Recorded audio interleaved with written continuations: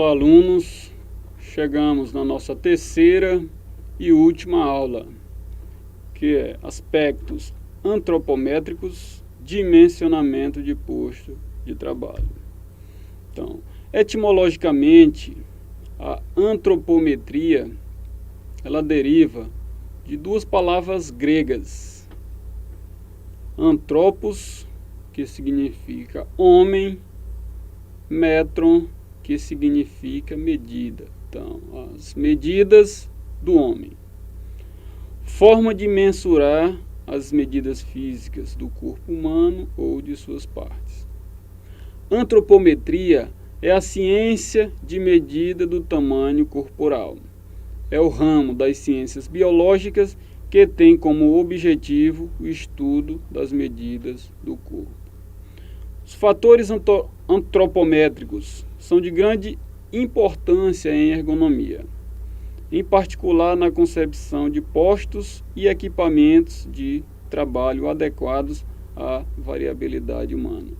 Então, o que a gente observa? Ou seja, existem pessoas de todos os tamanhos, ambientes de trabalho também de várias formas, cadeiras de várias formas, mesas de várias alturas.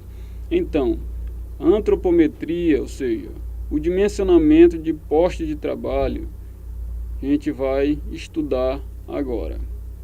Então, o que a gente observa aí nessa figura? Ou seja, uma pessoa subindo uma escada. Porém, o que a gente observa? Que essa escada, ela não está adequada àquela pessoa. Do outro lado, ou seja, duas pessoas sentadas. A primeira, a cadeira e a bancada, ela foi feita de tal forma que a pessoa, ela fica sentada de forma errada, e na segunda, a cadeira e a bancada, ela já está adequada à pessoa. Então, a antropometria, ela busca estudar as pessoas para que, durante o desenvolvimento das atividades, naquele setor, naquele local onde ela está trabalhando, aqueles equipamentos também, aquelas ferramentas, elas estejam adequadas ao seu corpo para que ocorra o máximo de produção. Medidas antropométricas. Nós podemos ter medidas estáticas. O que é a medida estática? Refere-se ao corpo parado ou com poucos movimentos, onde as medições serão feitas através de pontos anatômicos claramente identificados. O exemplo, o comprimento entre ombros e cotovelos ou quadril e joelho. Então, observem aí essa figura. Então, essa figura, ela está bem esquematizada, ou seja, a pessoa, ela está lá parada e é feita as medições para obter posteriormente um equipamento, uma vestimenta adequada para aquela pessoa. Nós temos também medidas dinâmicas, seja, ela é feita com o corpo em movimento, ou seja, ela mede o alcance dos movimentos. Um exemplo, o alcance máximo das mãos com a pessoa sentada. Então, observem aí essa figura, ou seja, áreas de alcance ótimo e máximo na mesa para o trabalhador sentado. Então, tem uma pessoa aí sentada, o que a gente pode observar? Que tem o alcance máximo aí à sua esquerda, tem o alcance ótimo à sua direita e a área ótima para trabalho com as mãos. Então, dentro da ergonomia, a antropometria, ela busca estar facilitando o desempenho das atividades das pessoas. E tem também as medidas funcionais, ou seja, são medidas na execução de uma tarefa, como acionar uma manivela ao fechar uma comporta. Então, a gente observa aí essa figura. Então, o que é que essa pessoa está fazendo? Isso é um movimento de mexer numa manivela. Então, a antropometria, ela estuda também isso, ou seja, a maneira mais fácil de executar esta atividade. As medidas antropométricas, elas dependem de alguns fatores, ou seja, ela vai depender da influência da época, da influência da etnia, da influência do clima, da influência do sexo e da influência da idade. Então, todos esses fatores, eles são primordiais nas medidas antropométricas. Então, vamos ver aí essa figura. Proporções corporais típicas das etnias. Então, a gente vê o que aí? O homem branco americano, o negro americano, o japonês e o brasileiro. E vamos atentar aí na estrutura, ou seja, na altura e no peso dessas pessoas. Então, a altura do homem americano, a média de 1,74 e 70 quilos, em comparação com o brasileiro, que tem 1,67 e 63 quilos. Então, o homem americano ele já é mais alto e mais pesado que o brasileiro. Mas isso é devido ao quê? Ou seja, devido ao que a gente viu logo ali atrás. Tem o que? A relação de clima, tá certo? A relação das condições ambientais ali que aquela pessoa está exposta. Vamos ver aí, ó, o japonês em relação ao brasileiro.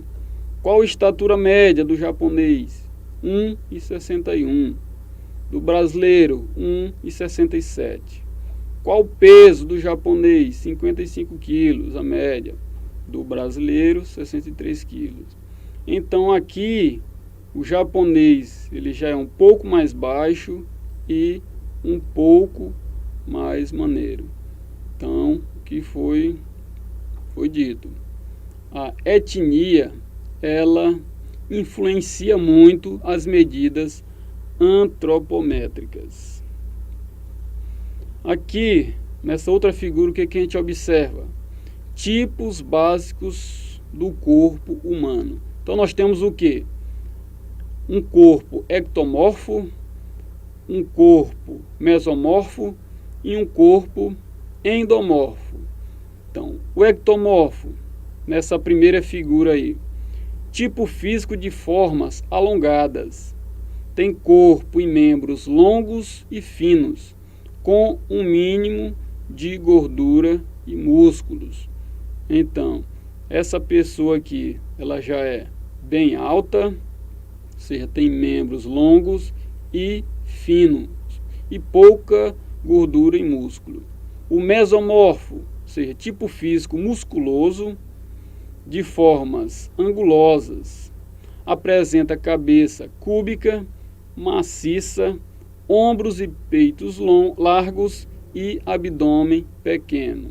Na terceira figura, nós temos o tipo de corpo endomorfo, ou seja, tipo físico de formas arredondadas e macias, com grande depósito de gordura. Aplicações da antropometria, ou seja, no dimensionamento do espaço de trabalho e no desenvolvimento de produtos industrializados como mobília, automóveis e ferramentas. Então, o que a gente observa aí nessa primeira figura? Então, nada mais satisfatório do que você trabalhar num local que, apesar de ter muitos funcionários, mas que esse ambiente ele seja um ambiente leve, ou seja, em que todas as pessoas circulem de maneira que não vai estar atrapalhando um ao outro. E também ele está num posto de trabalho esse que seja satisfatório no desenvolvimento da sua atividade. existem 5 princípios para a aplicação das medidas antropométricas. O primeiro princípio, ou seja, os projetos eles são dimensionados para a média da população. Então, a ideia é ter um produto de uso coletivo para servir vários usuários, clientes, consumidores, como um banco, uma altura de pia ou uma bancada de recepção. O problema é que haverá inconvenientes e dificuldades para a grande maioria das pessoas. Então vamos observar aí essa figura. Ou seja, na primeira figura, à esquerda, ou seja, no desempenho dessa atividade aí, o que é que a gente está observando?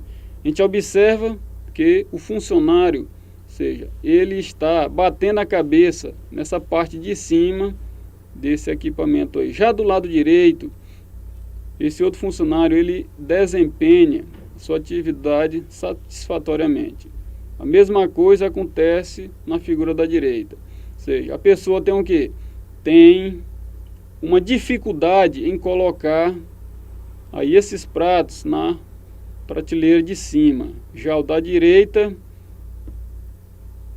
desempenha isso satisfatoriamente.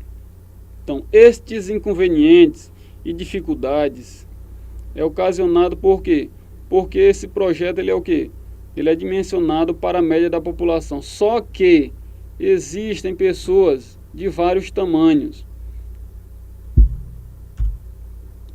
O próximo princípio, os projetos eles são dimensionados para um dos extremos da população. Então, boa parte dos produtos industrializados é dimensionada para acomodar e satisfazer até 95% da população, muito em função das questões econômicas. Mas qual o problema? Aumentar ou reduzir o tamanho, tornar ajustável o produto implica em aumentar custos e nem sempre as indústrias se dispõem a isto. Então o que é que a gente observa aí nessa primeira figura? Ou seja, esse equipamento aí, ele foi feito de acordo com o trabalho a ser executado. Então, um trabalho de precisão, esse equipamento aí, ele apresenta uma certa altura. Trabalho leve, ou seja, ele já está na altura da linha da cintura. E o trabalho pesado, ele já está bem mais baixo. Na outra figura, ou seja, essa pessoa, ele está muito bem colocado aí no desempenho desta atividade. O outro princípio, os projetos são dimensionados para faixas da população. Então, os produtos são fabricados em diversos tamanhos e números que vão desde o PP, muito pequeno, ao GG, extra grande, como também a numeração dos calçados, que é muito variável, se for calçado masculino ou feminino.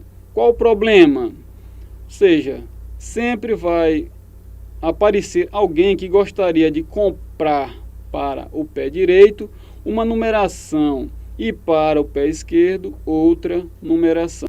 Outro princípio, os projetos que apresentam dimensões reguláveis.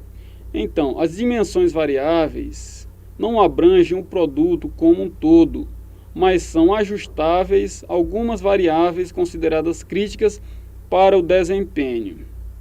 Altura do assento, do apoio para braços e pés e ao mesmo o ângulo do encosto. Então, o que a gente observa aí?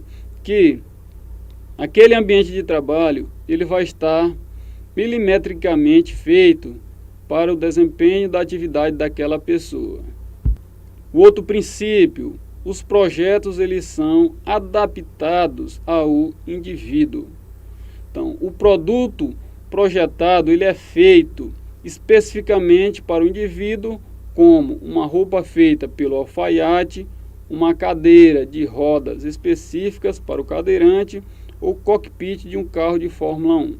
Então, esse aqui, o ambiente de trabalho, ele vai estar sendo feito de maneira adequada para apenas aquela pessoa. Ou seja, princípios e regras do dimensionamento de posto de trabalho.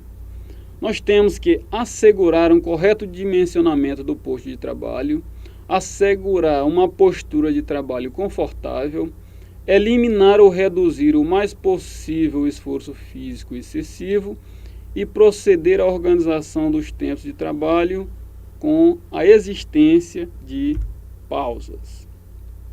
Além disso, devemos reduzir ou evitar a excessiva repetitividade de tarefas e movimentos, assegurar uma boa acessibilidade ao posto de trabalho, equipamentos e ferramentas, disponibilizar ferramentas e equipamentos que obedeçam aos critérios ergonômicos, assegurar a movimentação e alternância de gesto e postura, assegurar condições ambientais, exemplo, ruídos, iluminação, temperatura, confortáveis e isentas de risco. Então, quais são as orientações para posto de trabalho sentado? O que a gente observa aí nessa figura? Que o tronco, cabeça e membros numa posição natural e relaxada, alterações frequentes de posição, superfície de apoio ampla, altura do assento ligeiramente inferior ao comprimento da perna, pé completamente apoiado no solo ou num apoio dos pés, joelho refletido em ângulo reto, cadeira com encosto regulável e apoio dos braços. No caso do posto de trabalho de pé, evitar inclinações do corpo, peso do corpo igualmente distribuído pelos pés, altura da superfície de trabalho ajustável à altura do trabalhador, controles e objetos necessários posicionados a uma altura inferior à dos ombros. Orientações para posto de trabalho com visor. Distância do olho visor de 50 a 70 centímetros, altura do visor, altura dos olhos, teclado o mais horizontal possível, altura do cotovelo no alinhamento do corpo, rato colocado o mais próximo possível do teclado, cadeira regulável e com encosto, ausência, sempre que possível, de reflexo na superfície de trabalho, cores suaves no espaço de trabalho. Então, gente, chegamos ao fim desta aula. Muito obrigado.